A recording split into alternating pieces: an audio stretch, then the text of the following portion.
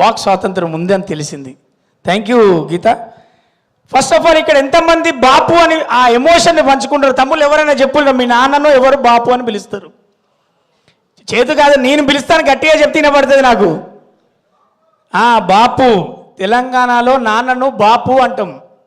ఆ ఎమోషన్కి చాలా గొప్ప పదం ఉంటుంది. నాన్న అనేవాడు సంపాదించకపోయినా ఆ తండ్రి అనే స్థానం, నువ్వు ఎంత పెద్ద ఏజ్ అవ్వు, 60 ఏళ్ళోడు అవ్వు, నువ్వు 70 ఏళ్ళోడు అవ్వు, తండ్రి అనే స్థానం ఉన్నంత వరకు భూమి మీద నీకు ఒక అద్భుతమైన ధైర్యం, ఒక దేవుడు రూపం, ఒక మనిషి రూపంలో నాన్న అనేవాడు ఉంటాడు. ఆ నాన్న అనేవాడు స్థానం పోయాక ఫస్ట్ ఒంటరి అయ్యేది ఆ ఫీల్ ఉన్నటువంటి, నాకు నాన్న లేడు అన్నది. వాడి దగ్గర డబ్బు ఉండొచ్చు, కుటుంబం ఉండొచ్చు, ఒక బలగం ఉండొచ్చు, కానీ బాపు అనే స్థానం లేని వాళ్ళు ఆ స్థానం గురించి చెప్పాలంటే వాళ్ళు లేని వాళ్ళు చెప్పగలుగుతారు. అందుకే బాపు అనే స్థానానికి భగవంతునితో సమానంగా పూజించాలి, భగవంతునితో సమానంగా చూడాలన్నదే తెలంగాణలో అందరూ కూడా. మేము ఎంత ఎమోషనల్ ఉంటామంటే పక్కింటి పెద్ద ఆయనను కూడా బాపు నమస్తేనే అంటాం. అంత ఎమోషనల్గా అంత ట్రావెల్ ఉంటుంది. కాబట్టి నిజంగా కూడా ఈ సినిమాలో నేను ఒక మంచి క్యారెక్టర్ చేశాను.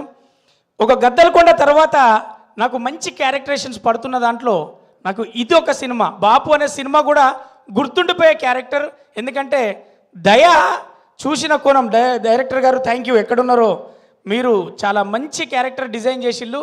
నేను వెయిట్ చేస్తున్న ప్రేక్షకులతో పాటు చూడడానికి. అంతేకాకుండా డబ్బింగ్ చెప్పేటప్పుడు కొన్ని సీన్లను నేను చూసిన.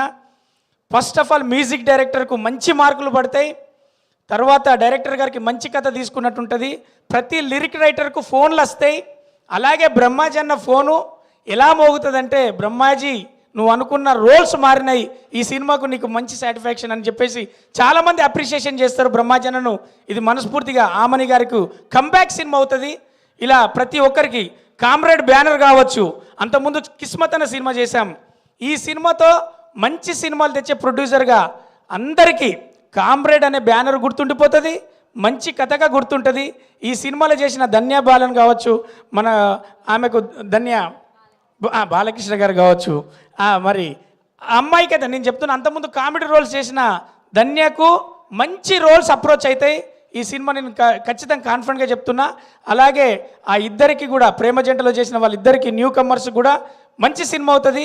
ఇది గొప్ప సినిమా, అద్భుతమైన సినిమా కాదు, ఇది ప్రతి రైతు సినిమా, ప్రతి తండ్రి సినిమా, ప్రతి కుటుంబం సినిమా.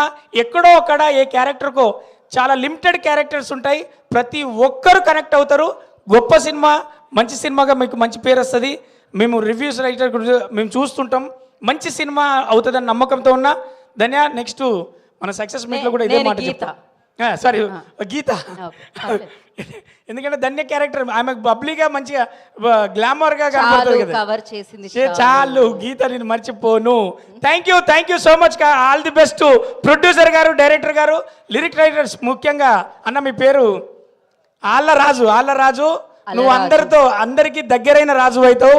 మంచి పాట రాసినావు, నేను విన్నా. నెక్స్ట్ రిలీజ్ అయ్యే పాట కూడా అందరికీ మంచి సాంగ్స్ నాకు దయాన్న పర్సనల్గా వినిపించారు. ఆల్బమ్ నుంచి కథ దాకా, మరి ప్రొడ్యూసర్ నుంచి ప్రతి క్యారెక్టర్ దాకా అందరికీ మంచి సినిమా అవుతుంది. Bapu Bapu Bapu Bapu. Thank you so much. So YV Reddy గారికి, రచ్చారవి గారికి, రచ్చ వస్తే అలానే ఉంటుంది. నేను ఎన్నిసార్లు చెప్పాను రచ్చకి మైక్ ఇవ్వగానే కొంచెం వాల్యూమ్ తగ్గించండి అని. ఆటోమేటిక్గా దశపల్లలో మాట్లాడితే పక్కన